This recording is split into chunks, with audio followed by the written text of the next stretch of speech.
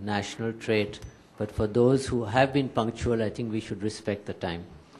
And thank you for coming. And we had Professor Amitabh Chandra speak to us at the Aspen India Ideas event in December. And it's great to have him back again. You already have his bio. And we felt that healthcare, not a glamorous subject, but in the conventional sense, but so critical to India. Huge issues for us. And he's going to speak to us on 3 different aspects, and he's got a terrific title, the Healthcare Trilemma? Yes. Is that? Am I saying that right? You are saying that right. Okay, good. It's more than a dilemma. Yeah, it's a trilemma. And I think all of us, how many doctors in the room? Medical doctors? Oh, wow. Then not all of us. All of us who are not doctors, I was going to say, have concerns about healthcare. I have concern just as a citizen that so many people in this country don't have access to healthcare. Never mind quality healthcare. Then the issue of cost. I don't know. I know I come from Bengal, and probably all Bengalis are a little pink to red, traditionally, especially since the communists have been governing Bengal for over 30 years. But there's this sense that, healthcare is somewhat of a government responsibility. And maybe today we are seeing much more of private sector engagement in healthcare. But does it ensure quality? And what about cost? So there's some of these issues that certainly worry me. I think these are all issues that Professor Amitabh Chandra is going to address. So you already have his bio, it's been circulated. I won't read it out. Some of you have heard him speak before in December, where he was part of a panel, but he was extremely articulate. So when that session finished, we asked him whether, as and when he comes back, could we have him back again. So over to you.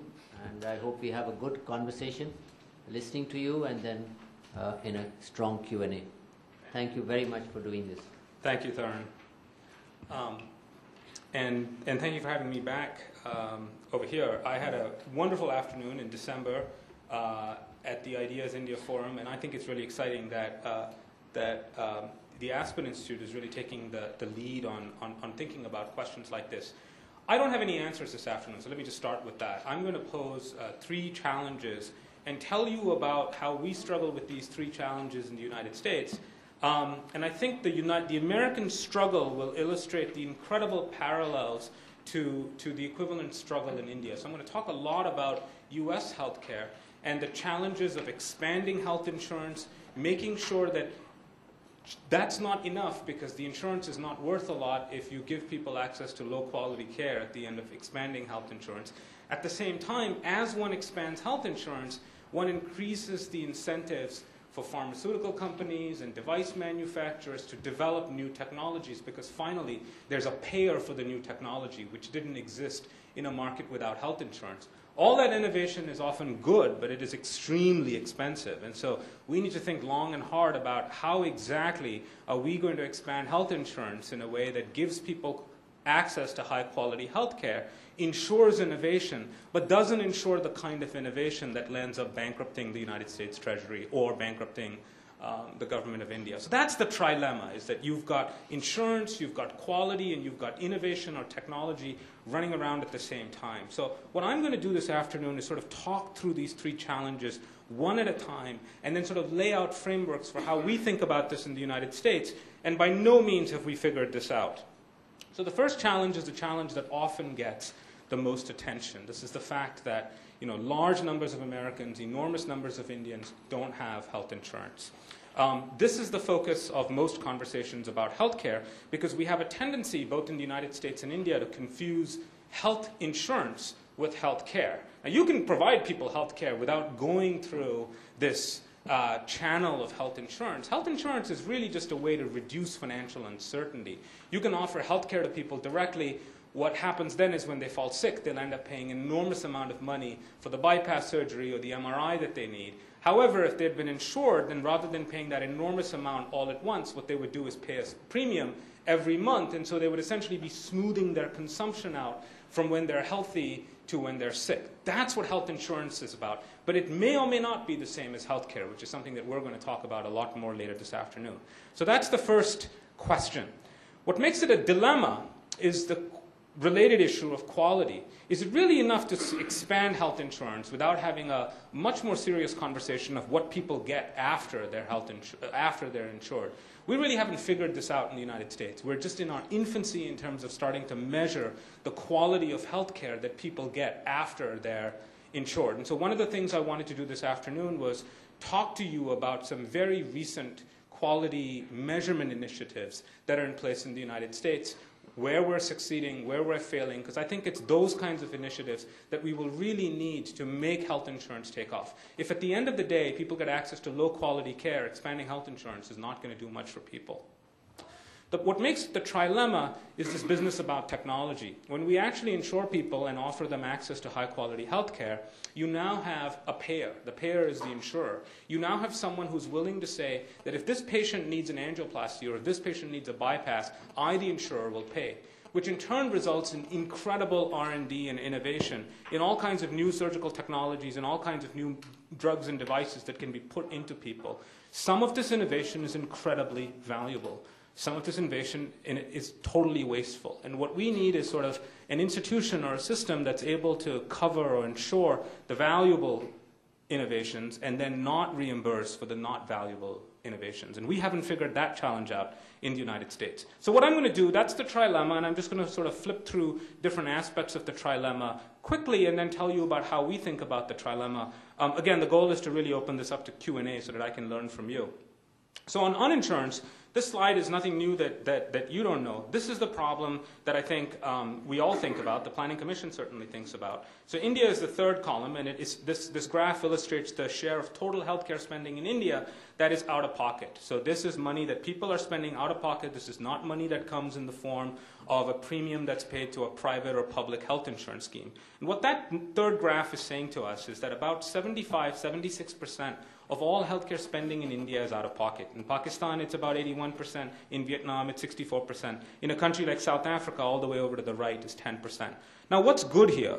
Low is good, high is bad. And the reason high is bad, high numbers are bad, is when you have 75% of healthcare spending occurring out of pocket, what happens is when people fall sick, they often end up borrowing from friends and neighbors and moneylenders, and they often kind of fall into poverty because of a medical illness. And that's why it's a really bad thing. Some people fall into poverty, other people just exhibit massive shocks to their consumption. So their consumption, their spending on food, their spending on clothes, takes a massive adverse hit at the time that they get sick. Now we've known for hundreds of years, people hate uncertainty. They hate financial uncertainty. So what insurance is really doing is it's really a financial device that says, regardless of whether you're healthy or sick, you're going to pay a certain amount of money, 5,000 rupees a month, 10,000 rupees a month, so that when you fall sick, we're going to take care of you and you're not going to pay this massive out-of-pocket spending. So that's what insurance is about. The second challenge is the challenge of quality. Suppose we could wave a magic wand and insure all the 45 million uninsured people in America, or however many uninsured people there are in India. What would they get? Well, in the United States, for example, you would not get very much. So here is a table that comes from a paper by Beth McGlynn in the New England Journal of Medicine. This is a few years old, but it's the best paper on the topic. And what I've graphed for you in the very last column, that's what I want you to focus on. That's the percent of recommended care that patients are receiving in a number of different domains of care. So you see a number of 54.9 in the upper right-hand corner. What that's saying is for overall care, across all the different domains of care, be it screening, be it acute care, preventative care, chronic care, Americans only receive about 55% of what they should be receiving. Now you might say, well, maybe the United States is very, very good at the treatment of acute disease, and the US is just not that bad, it's just not that good at the treatment of chronic diseases like, say, diabetes or congestive heart failure. Well, in that case, look at the second panel, which is the percent of recommended care received by people in these domains of prevention, or, be it an acute condition or a chronic condition. And there, too, the number hovers somewhere between 53 and 56%.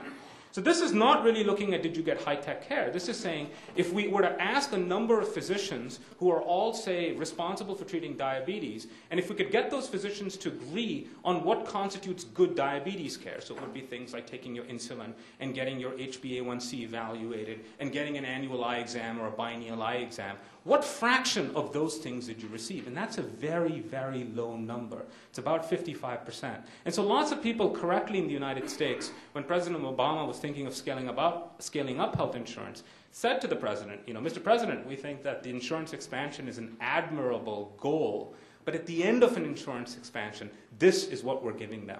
We're giving them 55% of recommended care. So a lot of my talk today is going to talk about the importance of making sure that healthcare is high-quality healthcare, because at that point it makes a lot more sense to expand health insurance than expand it now at a point when people are getting low-quality care. So I've talked about uninsurance, talked a little bit about quality. The third thing I want to talk to you about is technology. And I think that the way I like to think about technology is to give you the example of a miracle drug that was developed a few years ago. This is Avastin. Bevacizumab is its chemical name. This is a drug that is used for cancers. Avastin is a tumor-starving therapy because it starves the tumor of what it needs to grow and spread.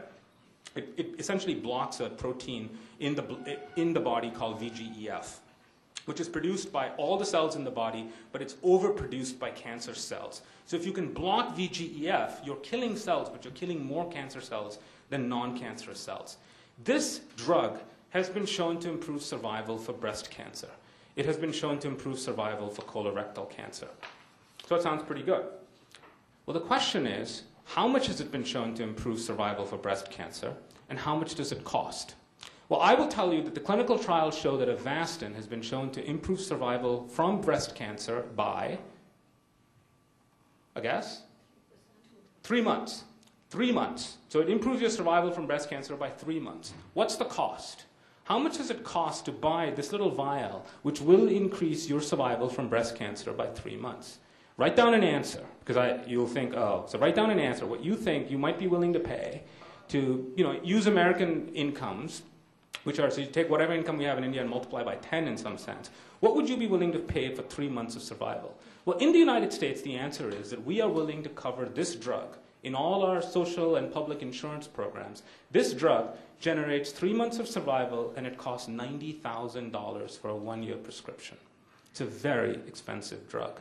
This is the kind of drug that will get developed when you expand health insurance coverage. Because now, in the absence of having an institution that says, we will cover this drug and we will not cover that drug, biologic agents, very smart scientists at excellent companies like Genentech will develop drugs that save life, but at tremendous cost. And so what's the right answer? I'm not an anti-innovation person. I love innovation. Innovation has got us to where we are. But at the same time, I'm willing to say, as a citizen, $90,000 for 3 months of survival is not the kind of cost-benefit calculation that I'm willing to make. You could spend in schools, you could spend on other forms of healthcare, you could spend on infrastructure, you could spend on defense. There's lots of other things that you can do with the $90,000 than spend on a drug like this. So the key challenge for us is when we insure the uninsured, in any country, there is a response on the innovation side that we've really not begun to understand completely. Let me give you some more examples of the sorts of technologies that we're struggling with in the United States. It is not my claim that India struggles with these technologies, but the United States is in some sense a crystal ball of the fiscal train wreck that will happen to us if we don't think about these challenges now. So here's another example of a technology. This is called proton beam therapy for prostate cancer. To do proton beam therapy, you have to build a cyclotron the size of a football field, and the cyclotron is all the way over on the left. On a gantry, you can see a patient. That little red dot is the patient. So you can see the ratio of technology to patient in this exhibit. What the cyclotron essentially does is it accelerates protons to the speed of light. And if I have a cancerous patient, a patient with a cancerous prostate cancer, if I have something as sharp as a proton beam, what I can do is zap the cancerous cells without killing the non-cancerous cells. So this is actually a good idea. Well, it's a good idea. Slow down. How much does it cost? It costs $100 million to build a cyclotron.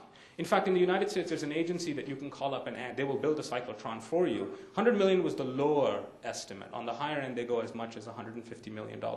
We have no idea whether this device works because it costs $100 million to build. The last thing you want to do is subject something like this to a randomized clinical trial and find that it doesn't work.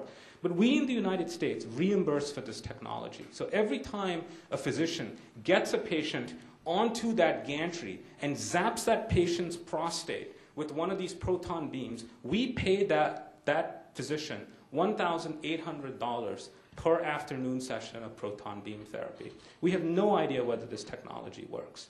And so over on the right, I've just sort of zoomed into one of those gantries to just give you a sense of what's going on inside proton beam therapy. We talk a lot about proton beam therapy in the United States, not because it's a problem by itself, it certainly is, but because it's a metaphor for the kind of technology that is getting developed in the US that we really don't know what to do about. We're quite sure that it benefits some patients. We just don't know if it benefits them enough relative to the costs of building technologies like this, but they're certainly there to be had. The third thing that I want to talk about on technology is a different kind of problem which shows up a lot, and I think you're very familiar with it in India. This is the problem of imaging technology. So more than technologies that treat you, I'm thinking here of technologies that can diagnose you.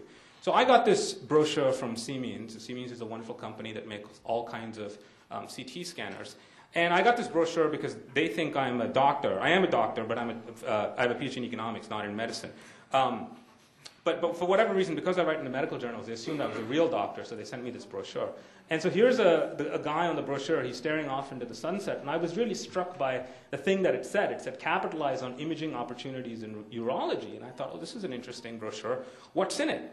Well, here's what's in it. There's a table that tells me that if I were to buy one of their imaging devices called the Somaton Spirit, and if I ran that device 1.8 times a day, 5 times a day, 10 times a day, and say I'm open for business 20 days a month, I would be reimbursed every time I ran that device $220.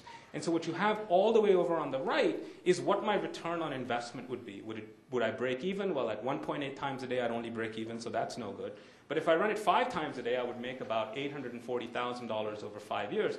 But by golly, if I ran it 10 times a day, I would be making something like $2.1 million over 5 years. So you see this sort of innovation that then gets marketed to physicians, gets marketed to hospitals. And so it's no surprise that technologies like this get picked up, especially in a volume-based fee-for-service reimbursement system, which we have in the US, where physicians are reimbursed every time they do something, not every time they actually help a patient. So this particular exhibit illustrates both the challenge of innovation in diagnostic imaging, which is a big deal because these technologies, new ones arrive every day, but it also illustrates the pitfalls of fee-for-service reimbursement, where if we reimburse doctors for the volume of somaton scans that they do, then unsurprisingly they're going to do more than less. I mean, I don't think doctors are evil. I think they're just like economists. If you pay someone to do more, they will do more. And so we have to think really long and hard about the right reimbursement system for our physicians and for our healthcare professionals. And again, I don't have the answers to that, but it's a conversation that we're certainly not willing to have in the United States. So those are the 3 challenges: insurance, quality, technology. What can we do? Well, I think on the insurance part, we need a lot more regulation for insurance before insurance markets can really take off. This is a particular challenge in India because I think we're very good in India at passing regulation, but very bad at enforcing regulation. But insurance market only work at sort of how well you can actually enforce the regulation. So here's the kind of regulation you need for an insurance market to operate. You can't run an insurance market where you have an insurer saying, I will insure the uninsured, or I'll insure anyone who comes in, and my premium costs, I'm making up a number, 50,000 rupees a year. That doesn't work, because the only people who are going to buy the health insurance are the sick people who need $50,000 or 50,000 rupees or more of health care.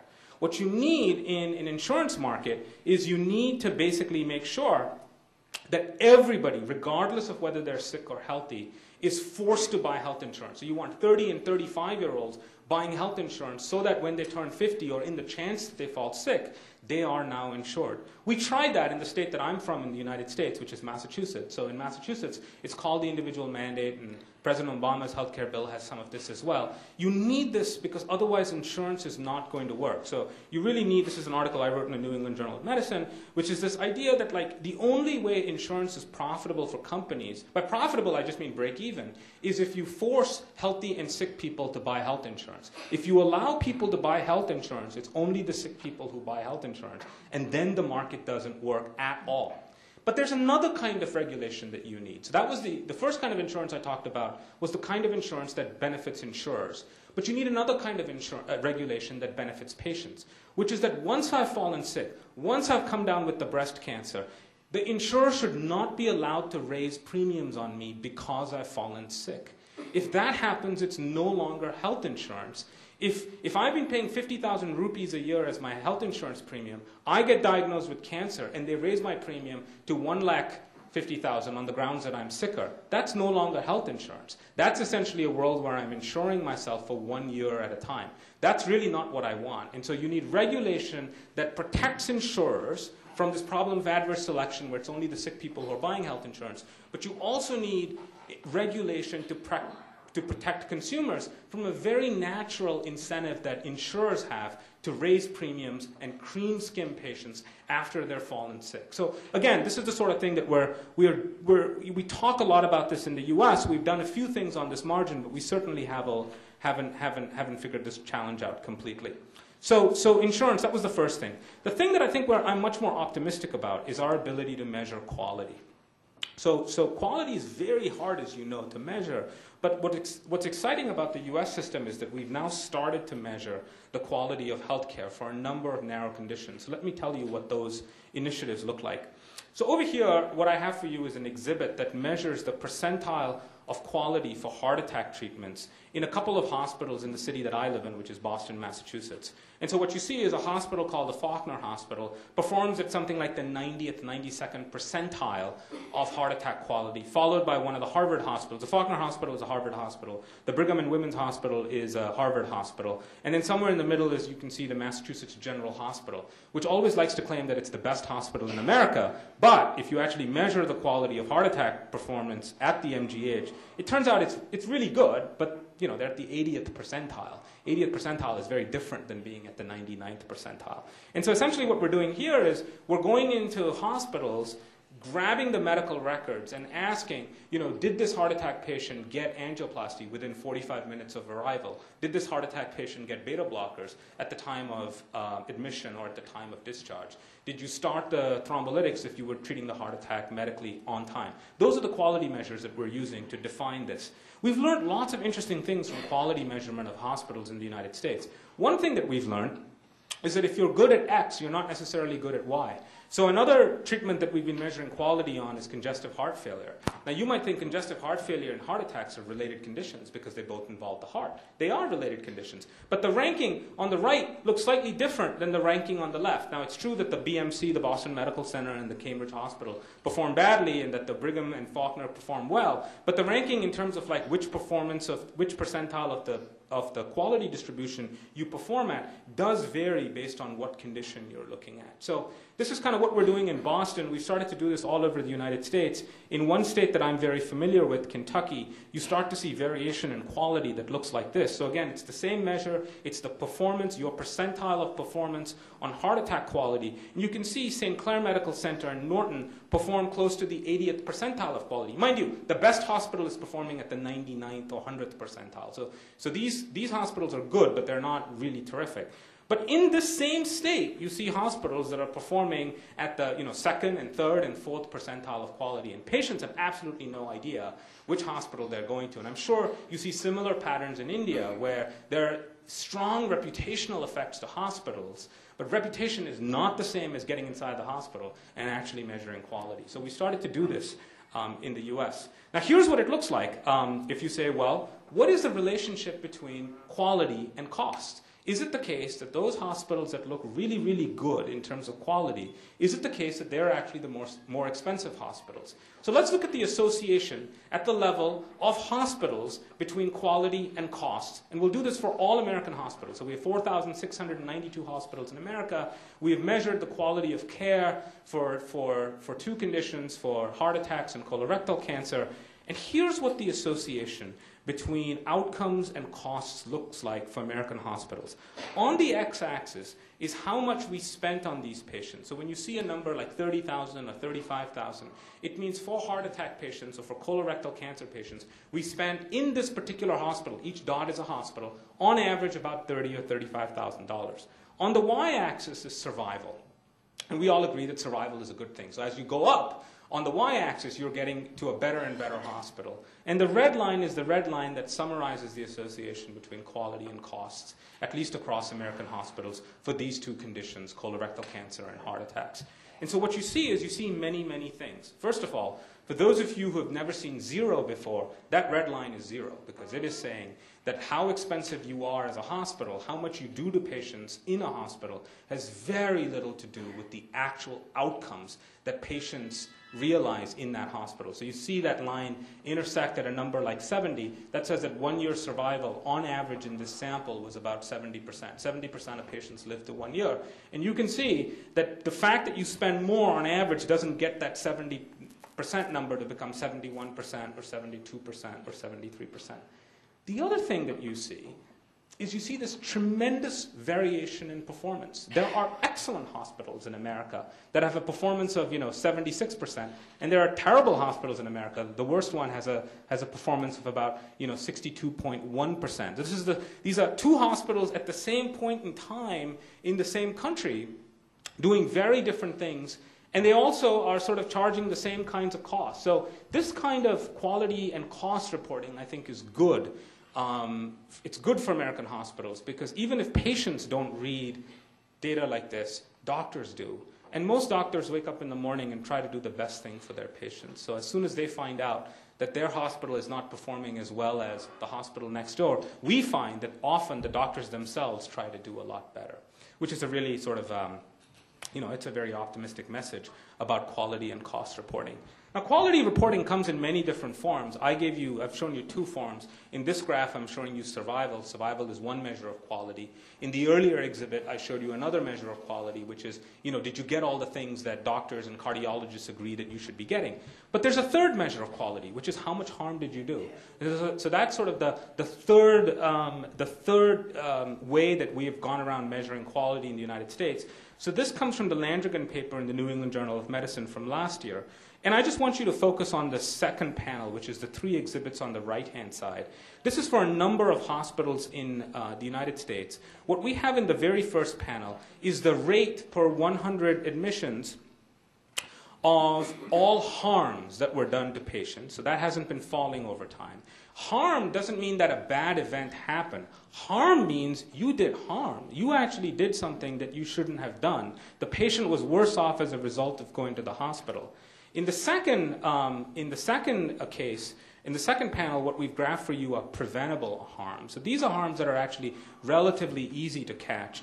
And in the third panel, we've graphed for you high severity harms. So these are harms that resulted in you actually dying or you coming back in for another hospitalization because we left a sponge or a clamp inside of you or operated on the wrong leg or gave you a catheter infection or something like that. You can see these rates are really, they're much higher than we thought they would be. They don't look like they're trending down. It's only 6 years of data, but it's an example of the kind of quality measurement that we're now capable of doing. So that's kind of what I've been, this is just sort of a quick summary of where I've been. We've been talking about greater regulation, we've talked about better measurement of quality, and then finally the third challenge was technology. And I think on technology, my current thinking on technology is, I don't think we're going to solve this problem of Avastin or the proton pump, the proton beam therapy with competition or with regulation. I think we really need a new set of institutions that decides what will be covered and what will not be covered. Because I think at the moment that a patient is sick, Doctors are not trained to ration care from patients. They shouldn't be. They're trained to help patients. So doctors will prescribe everything to a patient and not think about costs. It's really not their job in some sense to think about costs. Patients and families will drive themselves bankrupt trying to buy that vial of Avastin to buy a mother or a grandmother that extra 3 months of survival. So if that technology exists with that price tag, people will drive themselves bankrupt. So you need some sort of an institution. I think of an institution a lot like the Federal Reserve, which is decoupled from voters and decoupled from Congress or Parliament, that says that the government insurance program will cover this technology, but it will not cover that technology. And so we don't have such an institution in the United States, which is one of the many reasons that we're having a lot of the problems that we're having. One way to summarize all the problems we're having in the US is to focus on this exhibit over here. This comes from an article that Kate Baker and I wrote in the New England Journal of Medicine last year, where what we have is the trade-offs on the coming down in the rows between the number of uninsured people in the US that we could cover, and on going across in the columns is the price of, or the generosity of the different insurance programs that we can put them in. What I want you to focus on is, if you can see it, I want you to focus on two numbers. This one and this one. These are two numbers that are both approximately the same, $180 billion. But look at the two numbers. The first one is a number which says you could insure 50 million people if you put them, or if you insured them with a policy that on average had a value of about $3,500 per year. Alternatively, you could insure only 30 million people if you give them a policy that cost about $6,000 a year. What's the difference between the policy that costs $3,500 and $6,000? The difference is the $6,000 policy covers a lot of this additional technology. People love it. But the minute you start to offer health insurance policies like that, you can cover fewer people. And so there's always this mechanical trade-off between what to cover and whom to cover. And I don't think that voters can be put in charge of it, because voters will vote to cover everything for everyone. And there's always a revenue budget constraint which prevents us from covering everything from everyone. So each country needs its own solution on how to deal with this challenge.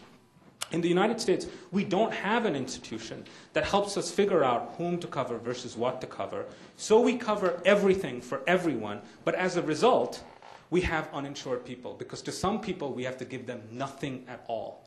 Because if we don't have a choice of giving you a little bit. If we cover you, we have to give you everything. So that's all I have to say, Tarun. I'm just going to summarize really briefly. There's sort of three trilemmas, three questions that I think every country in the world struggles with. The Indian challenge is at some macro level to an economist not that different than the American challenge. We are concerned about uninsurance. We're concerned about the fact that people face tremendous financial uncertainty from having to make large out-of-pocket medical expenditures at the time that they fall sick. So we would like to expand health insurance to them. The concern, of course, is when we expand health insurance to them, it's often not high-quality care. That's true in the United States. For those of you who've measured care in India, it's not particularly good in India. If providers don't show up to work, that sort of thing. There's really not that much value from an insurance coverage. And finally, we have to think long and hard about when we insure the uninsured, be it in India or be it in the United States, what are the technologies that we're willing to pay for as a civil society, and which are the ones that we are not willing to pay for? The answer to that question does not come from economics. It doesn't come from medicine. It comes from a combination of people's sense of social justice and moral philosophy. So in other words, what I'm saying is, you should let voters choose, but you cannot let voters choose at the time that they're sick. You have to make that choice for them before they fall sick. And so that's all I have to say this afternoon. What I'd really love to get from all of you is a sense of questions, and so then I can drill a little deeper into each of these three themes. Thank you. Thank you. Thank you very much, Amitabh. Before I open the floor to participants to come in with their questions, I had a question myself on the first slide that you showed. South Africa was 18%?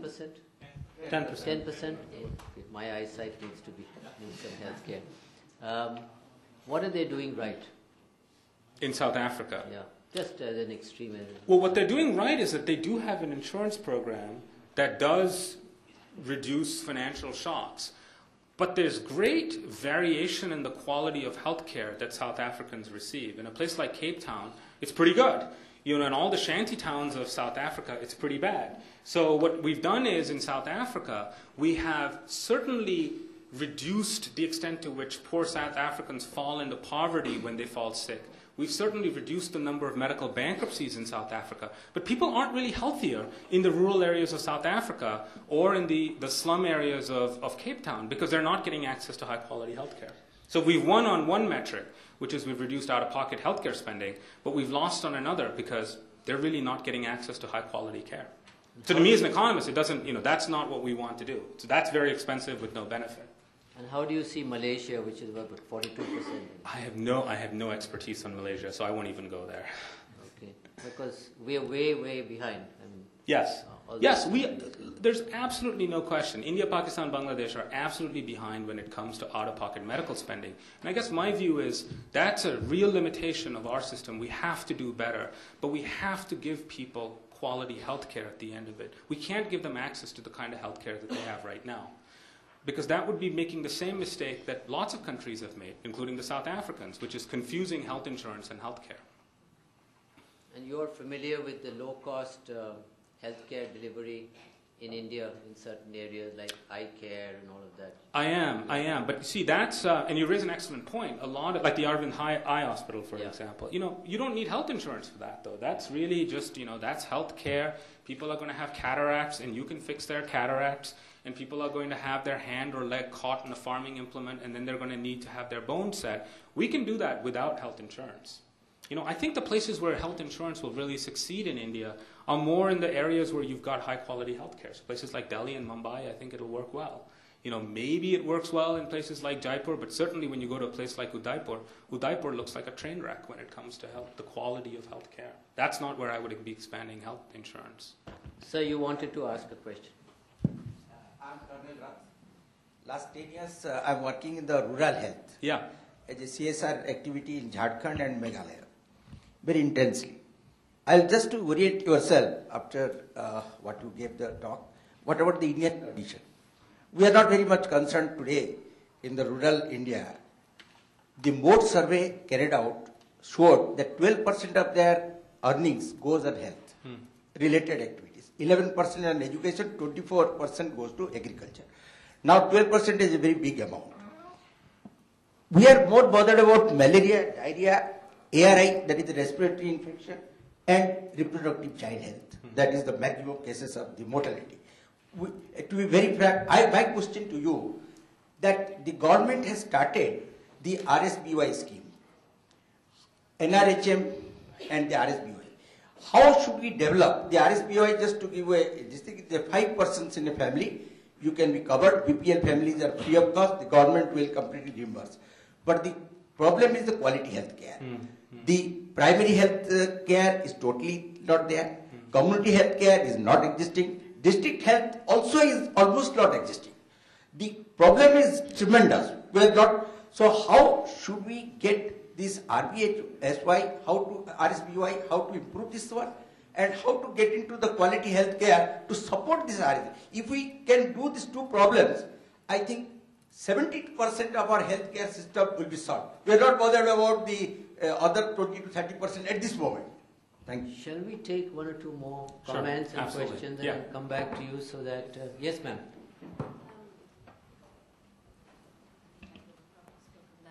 I should probably begin by saying that I, until 2 years ago, worked for Blue Cross Blue Shield of Massachusetts, so I'm familiar with some of the topics you mentioned. In your slides, you seemed to be equating health insurance with universal health insurance. Let me paraphrase it. Is it necessary for a country to provide universal health insurance? Why is it not okay for people to have a choice? So you give a standard rate, like in your graph where you showed 3,500 will give you some level of care and 6,000 will give you more. So can we offer both, and people who can afford to pay can pay the supplemental difference? And what's the downfall with that? Gentleman at the back.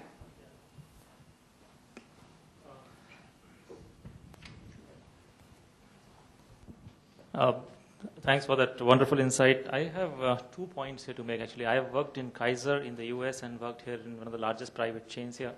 Now, and I'm an informatics guy. I'm not economist or a doctor. So the point is that, one, I've figured that the lack of insurance actually results in the right optimized pricing in the market.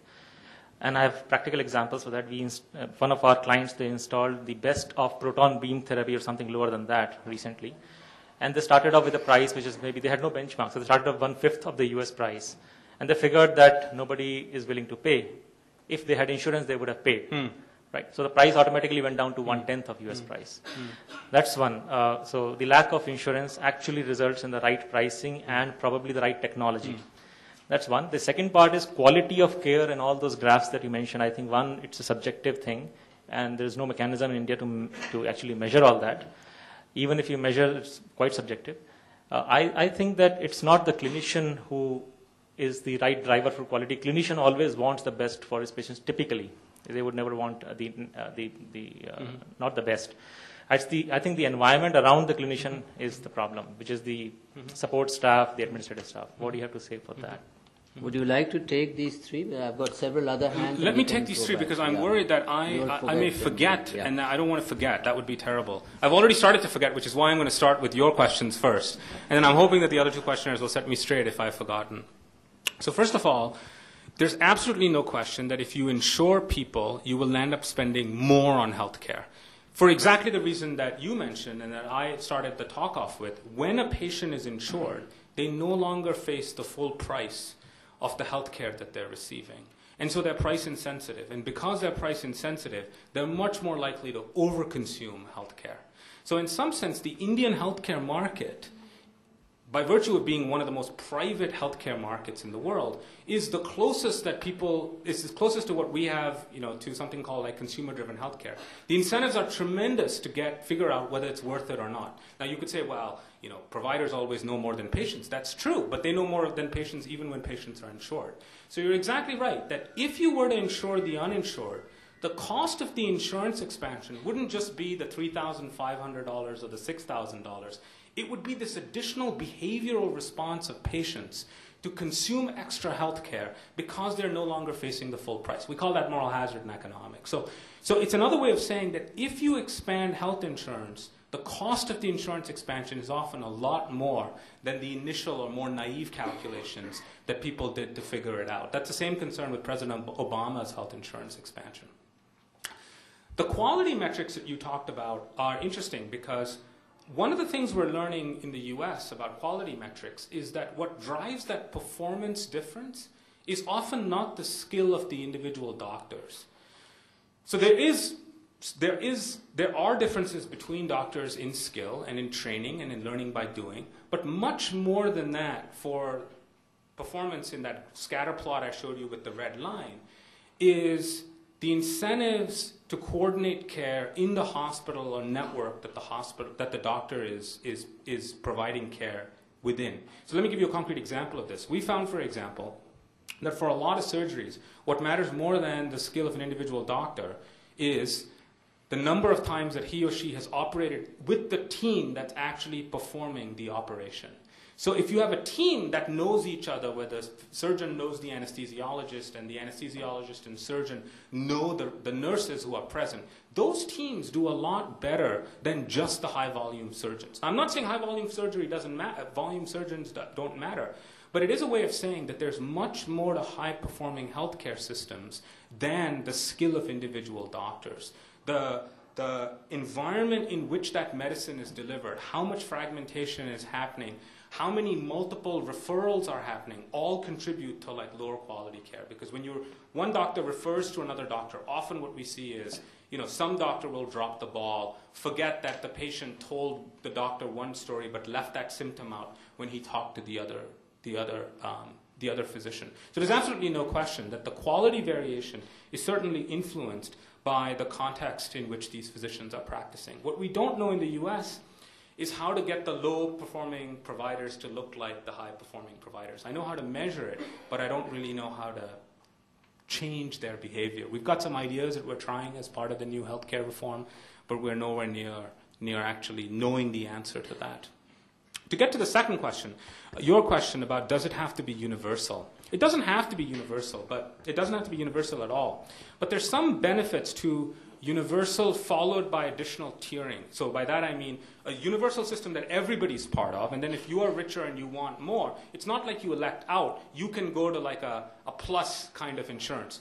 And the reason is, you know, at some level, we don't know who has a genetic anomaly and who doesn't at the time of birth. And so we don't want a health insurance system, again, where it's only the people who are really sick, which in India will also be the people who are poor, who want to buy the health insurance. You need this sort of cross-subsidization of risks. If you don't have the healthy people sitting in the pool, which in India will be the richer people too, premiums will be very, very high for the poor. Which means if you don't make the poor pay premiums, it means it's going to be very, very high for the government. So the total cost of an insurance expansion will be much lower if the insurance expansion were universal than not universal. I'm not one of those people, however. I understand the pragmatic reality that you were pushing on. Rich people and poor people don't want the same healthcare system, right? That's where you were going with this, and I think you're absolutely right. So what we need is a basic system which everybody's forced to be part of, and then if you want more, you elect for sort of another tier of service. It's another way of saying that the public insurance program should agree to cover X, Y, and Z, but if you want something else, you can have it, but then you have to sign up for sort of an additional premium form of health insurance. The UK does things like this, and Canada has just started to have the conversation on systems like this. Sir, you had a question about maternal mortality. And I got to tell you that everything I know about maternal mortality tells me that if we were trying to improve life expectancy in India, that's where we would go. We would go to infant mortality. That's where it all starts. The way to increase infant mortality is not through a health insurance expansion. It's really not. It's to invest in primary care. It's to invest in PHCs. And actually, to be very blunt, it's not to invest in physicians, because if you invest in physicians, they often leave. They don't want to work in Udaipur, and they don't want to work in India, and they want to work in the Middle East, and they want to work in the United States, and that's very natural. And so I think every time we've tried to just invest more in expanding the pipeline of doctors, it hasn't worked because doctors have left. And I think that's a very human economic decision. And so I think the best evidence we have comes from a series of trials in Pakistan, as well as some really people in the room know much more about this. There's a lot of innovation happening with sort of training community health activists and things like that. Those things have been shown to reduce infant mortality a lot more than any health insurance expansion will. So, I'm sorry, if I missed something, you should tell me I missed something. Let's do it. Thank you very much. I was very impressed with the presentation, and I would like some clarification on the following issues. The first is, if you could help me with the numbers. You said that in South Africa it is 10% out-of-pocket expenses, and then you went on to say that the poor people don't get quality care. I'm assuming they're more poor than rich people in South Africa, in which case how do you figure out these numbers? The second point I wanted to ask you was, you gave examples of Malaysia and Bangladesh, etc., but other than this passing reference you made to your neighbor to the north, you haven't really used Canada or Europe as examples of universal health care. And I've been a beneficiary of the Canadian healthcare and the European, and I can assure you it wasn't medical tourism on my part. And I know how humane the whole system is. And when you talk about the extra spike in healthcare, if you want to do something which is very, very expensive, but that's the kind of thing that in Canada and Europe you do only for cosmetic things. Otherwise everything else is cleared. Where I think your first point, which you were discussing when talking of technology, is very important. That do you have a regulatory body really that can tell you this can be done, this can't be done? For example, we have that in other branches of social life. For example, in energy, where we cannot use battery or we cannot use wind energy, and we know this is very expensive right now. So we can have similar systems, and you've said that in your presentation. If you were to work on that, shall we say, and develop that scheme, it would be very helpful. Finally, I think one of the reasons why health costs are so high is because we haven't given enough charisma in medical institutions to palliative care. So many people are kept on life support or are given unnecessary, cancer drugs when they actually should be on palliative care. And you can have very good, high-quality palliative care. Unfortunately, there is not, at this point in time, a very charismatic subdiscipline in medicine. Thank you. Right, because I think I heard 3 questions in there. So why didn't I didn't talk? You're right to point out that I did not talk about Canada or Europe, and the reason was actually quite simple. In the United States, it's very hard to make progress on reforming American healthcare by looking north or looking east. You just politically cannot do that because Americans are convinced that the Canadian system and the European system have long waiting lists. Now, that's not only is that false, an economist would say that the optimal waiting list length is not 0, that there should be some kind of waiting list, because the waiting list is actually a way to triage the people who really need the care from the people who need it more electively. So I think there's great things in the Canadian system and the European systems. In particular, the Canadians and the Europeans have those institutions that decide what will be covered. So they have decided to cover everybody, but they don't cover everybody for everything. So if there's a new form of, if there's a new biologic agent that generates 3 days of survival for pancreatic cancer, the Canadians will not cover it. But they do something that I think is very good. I think it's very bad to say we won't cover it, because if people can't spend their own money on healthcare, what can they spend their money on? But to put your question in conjunction with the question I was asked just earlier, I think what's good about the Canadian system is that the government health insurance program won't cover it. But if you want it, you can still have it. You can either come to the United States and get it, or you can sign up for a premium health insurance plan where you're paying a lot more money, and that gives you access to the proton beam therapy and things like that. I think that at the end of the day, it's unsurprising that if you were to look at the amount that the United States spends per capita, the amount that the Canadians spend per capita on healthcare, not only does the US spend more, it's been growing faster and faster, which is why we're having all these problems in the US. So to those Americans who say, Canada has long waiting lines, the Europeans have long waiting lines, I would say, that's actually not a bad thing that they have waiting lines. Well, there are waiting lines for things like, so they're... Not for cancer, I can tell you that. Well, for any kind of, for example, for what? For if you wanted like angioplasty for something like stable coronary disease, the Canadians will make you wait. But that's a good thing, because there's a lot of evidence from the trials that we're overdoing angioplasty for stable coronary disease. So making someone wait is actually not a bad thing. Palliative care, I think, is an interesting area of medicine to talk about. In the US, for a number of reasons, some of which have to do with malpractice, others have to do with how physicians are trained. It's certainly true that if you are in the last few days of life, many Americans land up in the hospital where they get put into an ICU, where they have like a feeding tube or they get intubated or something like that. The typical ICU admission, on average, for someone who's over the age of 70, costs something like $4,000 to $5,000 a day. It doesn't generate any survival. It might generate hours of survival. You're an old person, you're probably going to die. By putting a feeding tube into you, we can probably generate a few more hours of survival, and we do a lot of that in the United States. The biggest problem I have with the way we treat the end of life in the US is not just the money we waste on it, but the fact that we have now got patient surveys where patients were asked, do you want to die in the hospital, or do you want to die at home, or do you want to die in a facility called hospice, where in hospice you're not dying at home, you're dying sort of in a home where we're doing a lot more management of your pain and symptoms, but we're not trying to keep you alive. We're saying, you're 90 years old, you have cancer, you're in a lot of pain, so rather than treat the cancer, we're just going to treat the pain. And maybe you die, but you die a happier death, and you can say goodbye to your friends and families. So we've been doing a number of surveys that actually show that patients often don't want the high-tech, super intensive care that we're giving them in the end of life. But providers are both taught to deliver it, and providers are not trained to elicit patient preferences for how people want to die. So I think we have to do a lot better there.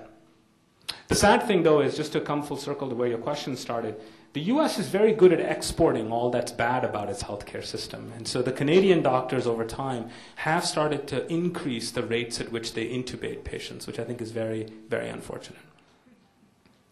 So, Yep. Professor Chandra, thank you very much for a very insightful talk. My question will be basically, focused on one element which is common to all the three factors of the trilemma you are showing here, which is about the innovation. And I would like to share a little bit of history, take you to the past, how innovation has actually affected the quality, and then insurance came into picture, the business aspect came into picture. If you look back, the major benefit in the healthcare or improvement in healthcare happened perhaps post World War II. And a lot of innovation at that time had been happening either in the government labs or in public labs. Say for example, Wellcome Foundation in 60s and 70s had discovered very good receptors, and that led to breakthrough in treatment of ulcers and through other antihypertensive like beta blockers, etc. Now what is happening is that the output or the productivity of these public sector labs in the West, and I think that's true for even India, it's going down.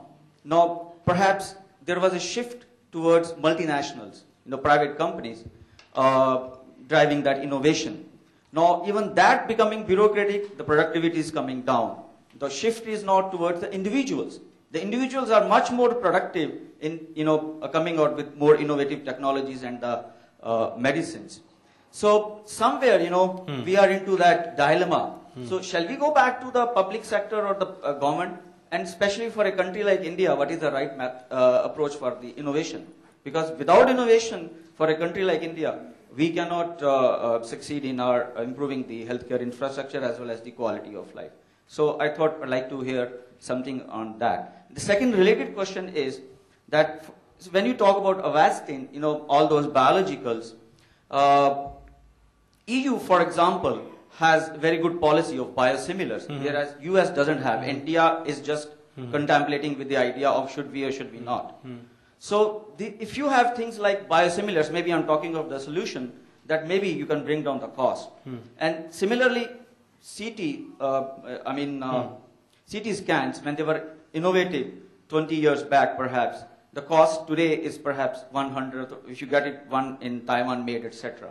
So with passage of time, all that, you get the economies of scales into picture and the cost come down. So I'd like to hear something on especially on the innovation piece. Where is where should the pendulum go? Back to government or the private institutes?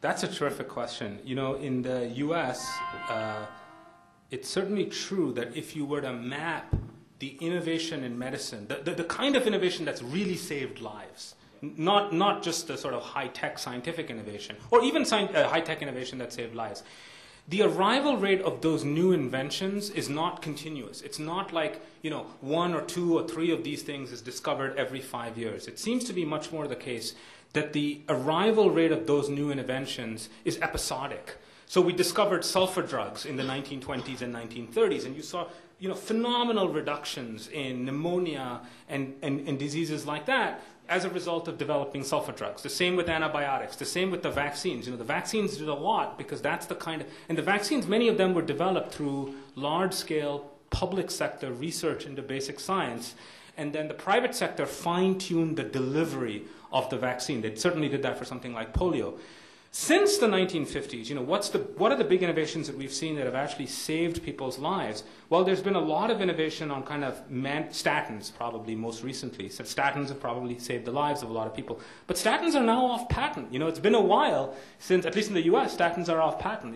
We've really not seen the next range or line of miracle drugs that saves people's lives. Instead, you see a lot more of I've invented a new kind of hip replacement device made out of ceramic instead of titanium that is 10% lighter but also lasts 5 less years. That's the kind of innovation that we're seeing more of. That's coming more out of the private sector. So if we want the kind of innovation that saves people's lives, we're going to have to invest a lot more in sort of the National Cancer Institute and the National Institutes of Health. So I think this president, President Obama, has certainly done that. That was one of his first acts when he became president of the United States.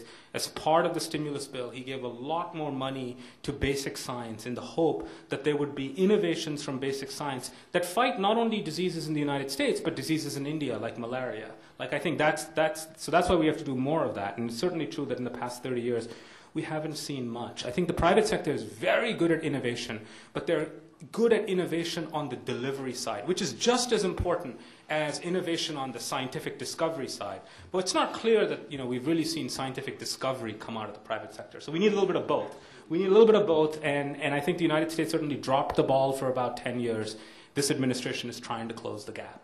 Will they close the gap? I don't know, because of another constraint, which is it's not enough to just throw money at the National Institutes of Health. You need the best and the brightest scientists working at the National Institutes of Health. And so that raises a whole bunch of additional conversations about, the U.S. is failing in science and math. And so, how it's not just that the National Cancer Institute has money. Are the best cancer researchers now in the United States, or are they in Tokyo or Korea or New Delhi?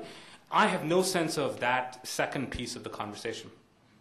There was a second question that you asked me about technology and the reduction in per unit costs. This is absolutely true, but let me give you a caveat story. So the argument in the question was that because of learning by doing, or because of technological progress, the costs of medical technologies fall over time. So today it might cost $100 million to set up a proton beam apparatus. Tomorrow it may cost only $80 million. Today it might cost $15,000 to put in angioplasty with stent, but tomorrow it might cost $12,000. There's absolutely no question that you're right on that.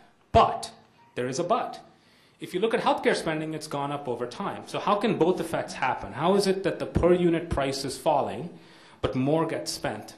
The reason more gets spent is because a lot of the new medical therapies have a certain surgical signature attached to them. Let me see if I can say this in words without confusing you. One of the hallmarks of new medical technologies is that you can do them to everybody.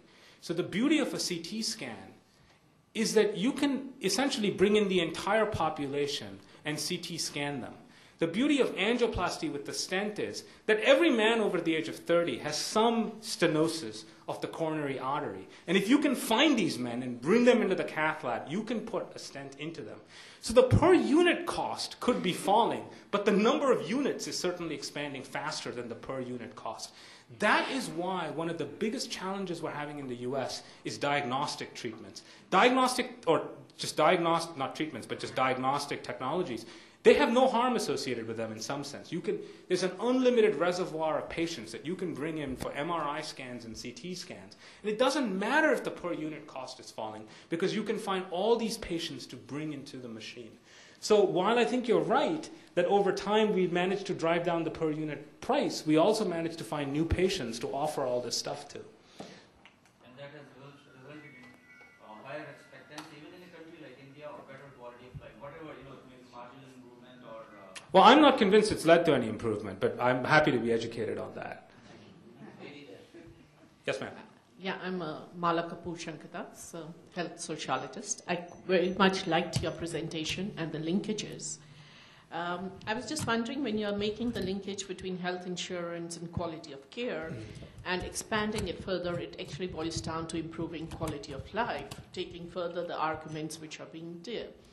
And how would you then place the emphasis on preventive care and building up the capacity and the health insurance coverage on that account?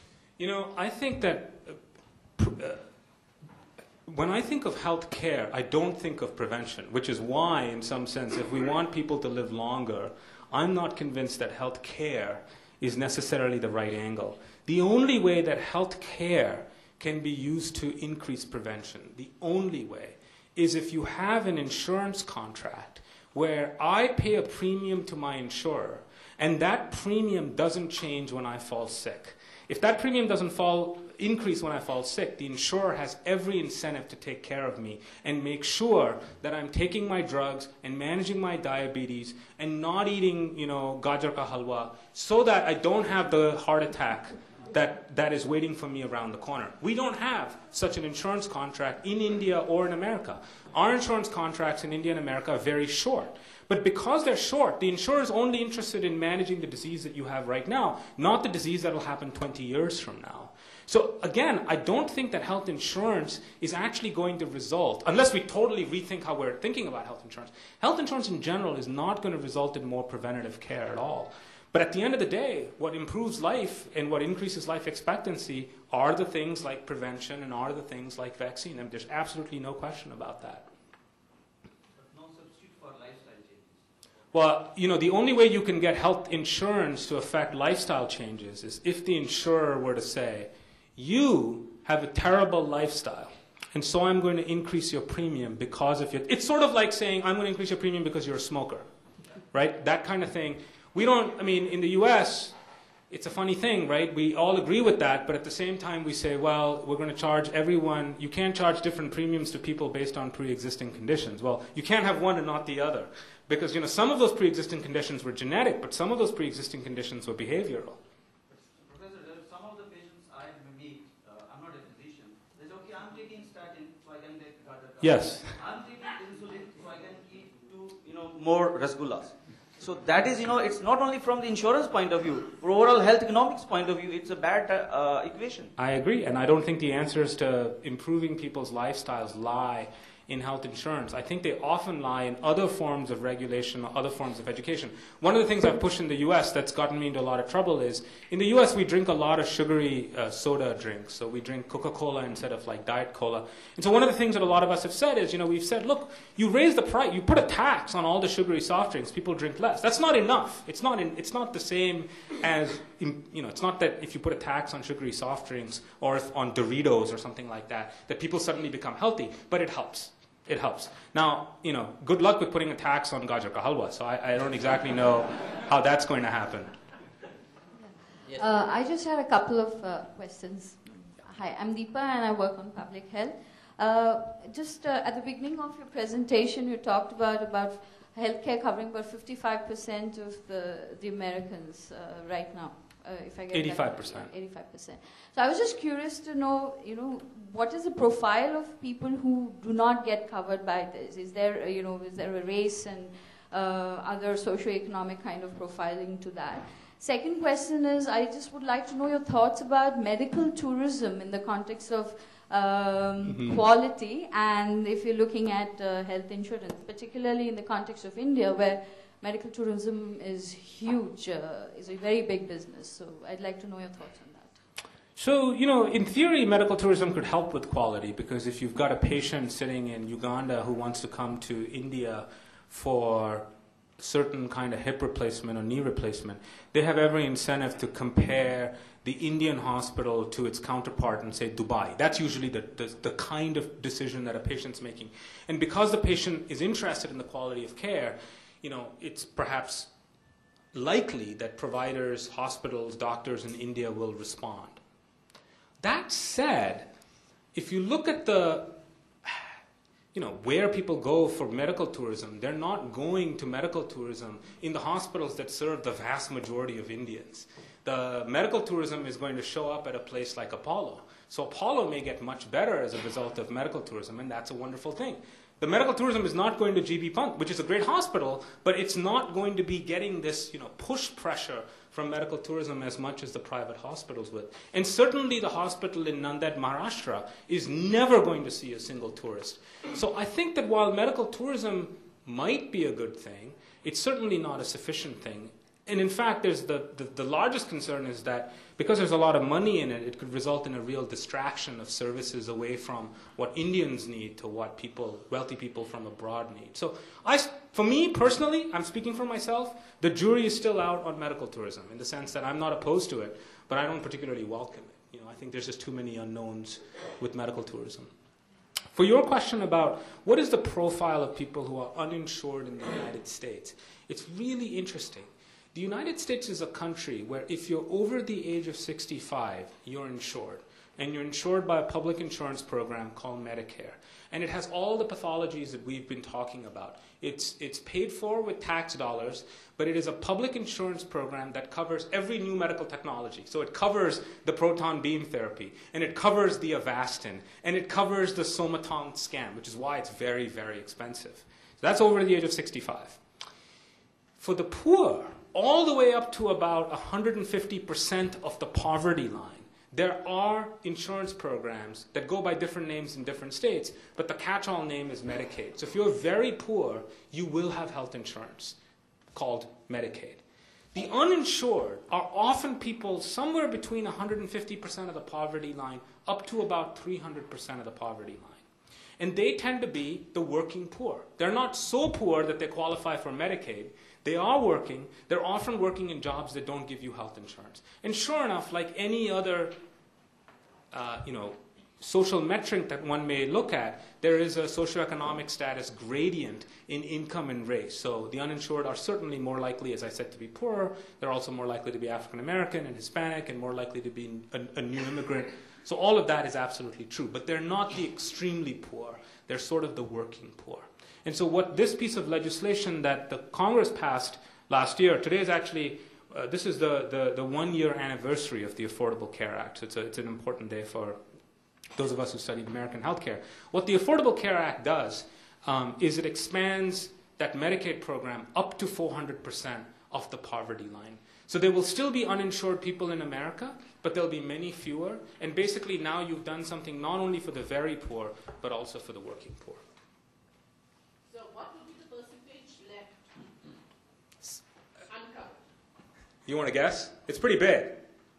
You tell us. It's about 5%. 10 million people. Will still be left. It's still a pretty big number. 10 years from now, you'll still have a lot of people left uninsured. 45 million people are uninsured, and with Obama reform, they're going to extend it to 30 million people more. Yeah. So around 10 to 12. Well, so there are 45 uninsured right now. The Obama expansion gets you up to 30 out of 45, but the population will grow in the next 10 years as well. So you're left with about 22 million uninsured people in America. Half of them are undocumented aliens, so it's not clear that the U.S. government will do anything for that group. So you'll have 22 million uninsured people in America, half are undocumented aliens, so you're left with about 10 to 11 million Americans who are uninsured. Yes, sir. I'll come back to you. Sure. Hello, I'm Ashish. I'm part of KPMG's advisory team and specifically focused on healthcare. My question really is, can you just enlighten us on how the pharmacy benefit management program kind of works in the U.S. And has it kind of lowered the cost? With them insisting on going for more generics than branded drugs, and is that something that we can replicate in India? Is it something that can be done in the private sector and not strictly driven by the government? I don't know the answer to that. I don't know the answer to the very last part. Can it only be done in the private sector versus the government? Because I've never really studied this. Sure. This is a very new product in the Indian space, so I don't think we know the answer to that. In terms of what's it done in the United States, so what it is essentially, in the US, we have different insurance schemes for different things. So you have an insurance plan for hospitalizations and another one for your drugs, which makes absolutely no sense because one of the reasons you need drugs is to avoid the hospitalization, and maybe after you go and get an hospitalization, you need to take a bunch of drugs. So in some sense, it should be the same insurance plan, but it's always different in the US. But be that as it may, I think that they have been a source of cost savings because of formularies. So essentially what happens in the US is if you want the name brand drug, you pay a copayment of about $50. But if you want the generic, you pay a copayment of $5 or $10. So that's been a great source of savings. But what they have not been successful at, which is so important to improving people's health, is people's health doesn't only matter on whether they have prescription health insurance benefits, it matters on whether they're taking their drugs. And Americans are not very good at taking their drugs on time. So you have the insurance, you have the drug, it's mailed to you, it comes once a month in the mail, and it's like your diabetes drug and your statin. But if you don't take it, you're not going to get well. And so this is another version of this patient behaviors question. If patients are not compliant, if they're not adherent, what do you do? And we've spent very little time thinking about in the US, how do you get patients to take their drugs? The best that a doctor can do is he or she can say, Amitabh, if you don't take your statins on time, your cholesterol is now climbing from 208 to 240 to 260. But he or she can't force me to take the drug. But that's where the savings are. The savings are only if people take their drugs. If they don't take their drugs, making them pay a lower copay for the generics isn't enough. So that's another, we have absolutely no idea how to make people take their drugs in the US. People seem invincible. They feel like the drug comes, I'm better, as opposed to I have to take the drug and I'm better. Yeah. Yes, that's right. We need dots for diabetes. That's what we need, dots for diabetes. Yeah, Dr. Chandra, from your presentation and on the basis of my limited knowledge and experience, if I understand correctly, that quality is equivalent to doing right things at the right time, okay, in the hospital, and not doing things which are not important medically. Okay, in a country such as America, where they have this mechanism such as establishing medical necessity, before actually rendering the services to the patient. No, we don't have such a system. That's our No, problem. in the hospitals they do have, like they need to ask the insurance companies that we are going to perform this procedure and this is medically necessary. Okay, so that's how there is a check on quality, that they are not actually providing services which are not medically important or necessary. And now with the concept of AC, or the Accountable Care Organization, coming into picture, still there is a rising hope that okay, there would be a check on quality. But in a country such as India, where we do not have the standard treatment guidelines for medicine, how do we ensure quality? And in places, in smaller places or rural towns, we do not have information on pricing. So how do we ensure quality, even if we have the financing mechanisms such as health insurance or micro health insurance? So my question is how do we deal with the issue of quality in a country such as India or any other developing country? I really don't know the answer to that. I really don't. I don't claim to know the answer to that. I'm hoping that someone, entrepreneurial and enterprising like you will figure out how to answer that. The purpose of my talk was just to say it's a really hard question. And that in the absence of dealing with the quality challenge, the health insurance is really not that useful. That's kind of the key point. How you improve quality, I don't know. Maybe there are small indirect nudges that come from medical tourism, but like I said, those will only affect the already good hospitals will get even better. But the small hospitals or the large hospitals in rural India, or even in sort of the India that's outside the 6 big cities, will continue to be low quality. The one point that I wanted to make to you about medical necessity is that we actually only reject less than 1% of claims in the US. So there's a view that amongst American physicians that the insurers are saying, we're going to reject your claim because this procedure is not necessary. In reality, that doesn't happen for a very simple reason. That health insurance program that I told you about, the one for the over 65, that doesn't have any checks and balances. So that covers everything for everybody all the time. And we know that the over 65 are the largest consumers of health care. Because the government program covers everything in America, a private insurer finds it very difficult to say no. So the private insurers, for example, when proton beam therapy was invented, begged the government, whatever you do not cover this technology. Because if you cover it, we have to cover it. And the reason we have to cover it is if you, the government, cover it and we say no, the patient will take us to court and say, this lousy underfunded government program covers it, why can't this rich insurer cover it? And so United and Aetna begged the federal government not to cover it, but it was covered. Which means that Aetna and United now cover it. Which means premiums for all Americans go up because we have to pay for that technology. So I think it's only less than, somewhere, at Aetna it's like 0.1% of all claims are rejected. So there's not a whole lot of utilization review happening. Where would you like, in whole of this discussion, where would you like to, at least in Indian context, where would you like to place the public provisioning and the government sector services? Because as of now, India has a great and vast network of hospitals and the PSCs and different levels of institution all over the country. Because in the current situation, we are pushing for insurance. So we are pushing for this trilemma that you are depicting here, yes, by adding in a layer of insurance, right? And to the best of my knowledge, insurance adds a layer of cost, to the total cost of healthcare, that too of a range of around 15 to 40%, 15 to 30% at the max. So where would you like to place public sector? Because, and in my opinion, the most powerful person in whole of the world, president of USA couldn't regulate and bring in what she wanted to bring in twice, and they had to back down. Even Clinton government or Barack Obama, they have to back down on their claims and their plans to do what they wanted to do about insurance. So and we are talking about regulating private sector. So is it possible to regulate a private sector in the absence of viable and alternative public system in place which is providing good quality services? And in whole of this discussion, what occurred to me was, is private care always a good quality care?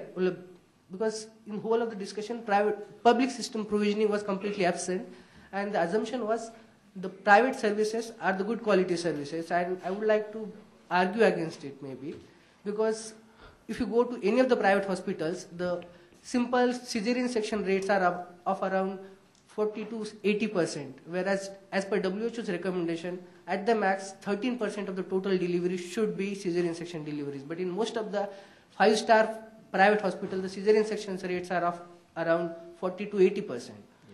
I think you're right. I'm not of the view that the private sector's performance in healthcare dominates that of the public sector, or vice versa. I think that one of the things we've learned from measuring quality is that there's pockets of excellence in both sectors. There are certainly public hospitals, and I'm not just talking about AIMS, that probably outperform some of the best private hospitals, and we don't know which ones they are because we basically rely on reputation at the time of, actually seeking care. And so we have to think about how might we measure, a whole bunch of quality metrics. You have to start small and then go big. It's very hard in a country like India to measure something like survival, for example. You can measure in-hospital survival, but you have no idea what happens to the patients if they die at home, for example. So we shouldn't start with something like survival, but we could certainly start with a bunch of low-tech measures for well-defined conditions, like, for something like birth of a child or something like that. You could look at the cesarean rate, or for something like heart attacks, you could look at, did you get beta blockers at the time of arrival or discharge? How long does it take you to start thrombolytics from the time that a patient is wheeled into the hospital? Those are relatively easy things to do, and I would not be surprised if Indian hospitals do really, really well. I can tell you one thing, that because a lot of Indian public hospitals don't have angioplasty labs, they actually are really good at the medical management of heart attacks. And they might get substantially worse at the medical management of heart attacks if they get distracted building cath labs. Now, I'm not saying that they will get distracted, but it's not clear to me that they will just automatically be better because they have the newer technology. Absolutely not. So I'm not of the view, I'm sorry if I gave anyone the impression, that the private sector always dominates the public sector. That said, there's an elite private sector which is often very, very good. That's not the whole private sector, it's just an elite group. They're good because of who goes there. It's people from abroad, it's extremely well-educated and wealthy Indians who will complain, who will ask a lot of questions if the quality of care isn't good. So I wouldn't be surprised if we have a handful of private hospitals that are exceptional and a number of private hospitals that are quite ordinary because we don't measure quality. And one thing we've learned from measuring quality is we're always surprised. The places that we thought were good turn out to be quite bad and vice versa. I try to measure the success of a program or its utility as we go along in being a moderator. And in this audience of 50 to 60 people who are here, I think we've had a quality presentation by you which has led to a quality conversation. And I think obviously got a very, very fine group of people sitting here and wanting to engage with you. We are out of time now. There are a number of hands still up. Okay, and I would encourage them to talk to you on the side because I think you will have that. You have no choice in a way because your customer here. I think you've sold thoughts and ideas and knowledge, which has evoked interest and evoked a response. And rather than continuing with the general Q&A, I would like to suggest, Amitabh, that we break now. There is high tea for those who can't get to him outside, and there are a number of people, I think, who do want to talk to Amitabh, and I hope you will come back again. And I would like to request you, and this can be decided later, that maybe we could have you at other places in India, because I think it will be good to have a similar conversation. India is 28 countries. Bombay is another country. Calcutta is another country, Bangalore, Chennai, so time permitting and wherever, we could. I think this is a very helpful conversation. Tarun, I would be delighted to participate in that conversation, and thank you to Aspen for inviting me back. Thank you all. Thank you for doing this. Thank you.